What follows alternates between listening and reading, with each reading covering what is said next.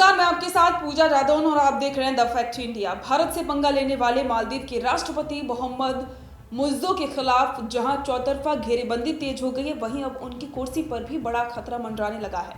मालदीव के एक सांसद ने मुइज्जो को पद से हटाने के लिए मुख्य विपक्षी पार्टी मालदीव डेमोक्रेटिक पार्टी को प्रस्ताव दिया है। वहीं भारत के दोस्तापूर्व राष्ट्रपति इब्राहिम सोली की मालदीव डेमोक्रेटिक पार्टी ने भी बयान जारी करके पीएम मोदी के खिलाफ अपमानजनक टिप्पणी की कड़ी आलोचना की है। वहीं मालदीव के राष्ट्रपति इस समय चीन के 5 दिवसीय दौरे पर रवाना हुए हैं। भारत और मालदीव के बीच राजनयिक विवाद की शुरुआत भी हो गई है। मालदीव की राजधानी माले में मौजूद भारतीय उच्चायुक्त को देश के विदेश मंत्रालय से समन मिला है।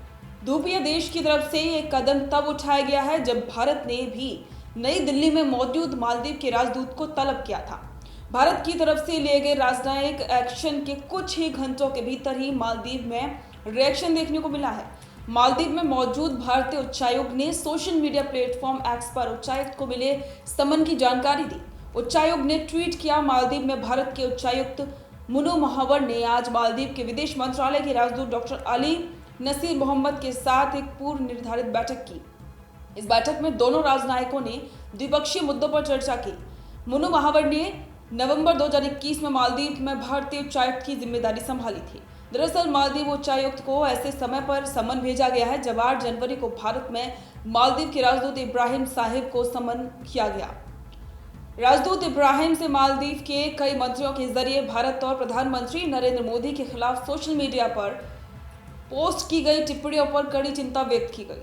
वहीं मालदीव सरकार ने पीएम मोदी के खिलाफ अपमानजनक टिप्पणियों को लेकर 7 जनवरी को ही 3 डिप्टी मंत्रियों को सस्पेंड कर दिया था। आपको बताते हैं कि मालदीव से हमारे रिश्ते अभी कैसे हैं। भारत और मालदीव के रिश्ते काफी पुराने हैं। मालदीव को जब भी संकट का सामना करना पड़ा है तब तक भारत उसकी मदद के लिए सामने आया है। कोरोना वायरस महामारी के दौरान भारत ने वैक्सीन की खेप मालदीव को पहुंचाई थी। इसके अलावा 2014 में जब मालदीव में पानी का संकट खड़ा हो गया था तब भारत ने अपने जहाजों से पानी भरकर देश के लोगों की प्यास बुझाई थी। हालांकि हाल के सालों में मालदीव में भारत विरोधी अभियान की शुरुआत हुई है। मालदीव में हाल ही में राष्ट्रपति चुनाव जीतने वाले मोहम्मद मुइज्जो के आगमन के साथ तो दोनों देशों के रिश्ते और भी ज्यादा बिगड़ गए हैं। राष्ट्रपति मुइज्जो को चीन समर्थक माना जाता है और ऐसा उनके शपथ लेते ही साबित हो गया था। मोहम्मद मुइज्जो ने राष्ट्रपति बनते ही मालदीव की सुरक्षा के लिए तैनात भारतीय सैनिकों को यहां से जाने को कहा। उन्होंने अपने चुनाव अभियान के दौरान ही इंडिया आउट मुहिम चलाई थी। उनकी सरकार भारत के खिलाफ रही है। अब आपको बताते हैं कि मौजूदा विवाद क्या है। दरअसल जनवरी के पहले हफ्ते में प्रधानमंत्री मोदी ने लक्षद्वीप की यात्रा की और वहां की कुछ तस्वीरें भी शेयर की। उसके बाद से ही सोशल मीडिया पर चर्चा होने लगी कि भारत मालदीव के विकल्प के रूप में लक्षद्वीप को तैयार कर रहा है। इससे लेकर मालदीव के कुछ नेताओं को मिर्ची लग गई थी और उन्होंने भारत और पीएम मोदी को लेकर आपत्तिजनक टिप्पणी करना शुरू कर दिया। आपत्तिजनक टिप्पणी करने वालों में मालदीव के डिप्टी मंत्री भी शामिल रहे। मालदीव की मीडिया रिपोर्ट के अनुसार युवा मंत्रालय में डिप्टी मंत्री मालशा शरीफ, मरियम शूना और अब्दुल्ला महजूम माजिद ने लक्षद्वीप की यात्रा के बाद प्रधानमंत्री मोदी के पोस्ट के लिए उनकी आलोचना की थी।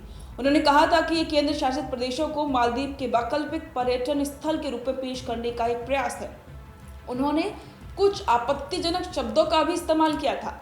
इसके बाद मालदीव सरकार ने तीनों को सस्पेंड कर दिया। इसके बाद सोशल मीडिया प्लेटफॉर्म एक्स पर भी मालदीव बॉयकॉट ट्रेंड करने लगा। लगातार ट्रेंड कर रहा है। आपके इस पर विचार कमेंट करके जरूर बताएं। बने रहें द फैक्ट इंडिया के साथ।